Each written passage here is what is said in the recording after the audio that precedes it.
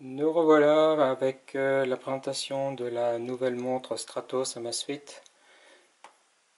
que j'utilise maintenant à la place de la Amazfit Pace. Et maintenant je vais vous parler un petit peu de l'application. L'application s'appelle Amazfit Watch. Et pour ceux qui se posent la question, on peut utiliser plusieurs montres. Il faut aller dans Watch. Là on voit que j'ai connecté les deux montres. Il y en a une active et une qui n'est plus active. Je sélectionne cette deuxième montre et en bas on voit Set as active. Voilà. Par contre, eh bien, le seul point que j'ai trouvé pour rendre réellement active, c'est de fermer l'application, la tuer et la relancer. Sinon, il a du mal à prendre réellement en compte. Et maintenant, on voit que la Stratos est bien connectée et il synchronise. Voilà. Si on veut repasser à l'autre montre, on refait la marche arrière. Dans Profil, Watch, on tue l'application. Pour ce qui est des données transférées, et bien maintenant, par rapport à ce qu'était l'application Amazfit il y a un an, elle est très détaillée. Toutes les applications, enfin tous les activités sont détaillées. On voit ici avec une carte les détails de l'activité.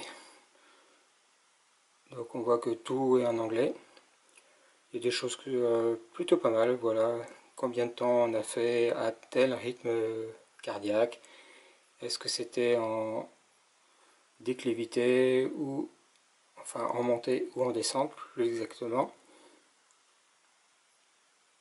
Des tas de paramètres que je ne maîtrise pas étant donné que je ne suis pas un sportif chevronné. On peut sélectionner des tours. Alors pour ça il faut appuyer sur ce troisième bouton sur la Stratos. Et puis on a différents graphiques. Le graphique du rythme cardiaque, le graphique de la vitesse, le graphique de l'altitude. Comme je disais sur ma vidéo précédente, j'ai des choses qui se sont fait bizarrement. Vous voyez, là j'ai monté une colline, je reste un peu en haut et je suis redescendu, pas de problème. Si je reprends la même chose fait avec la Pace, voilà, Sportwatch, déjà la trace est un peu décalée et surtout ma montée sur la colline est quand même très bizarre. Bon, c'est étonnant puisque habituellement la Pace me donne des choses plutôt pas mal. La seule chose qui était différente, c'est que vu que j'utilisais exclusivement la Stratos cette semaine-là, celle-ci je l'avais mis en mode avion et du coup elle n'avait plus le AGPS à jour. Alors est-ce que ça peut être ça? Je sais pas.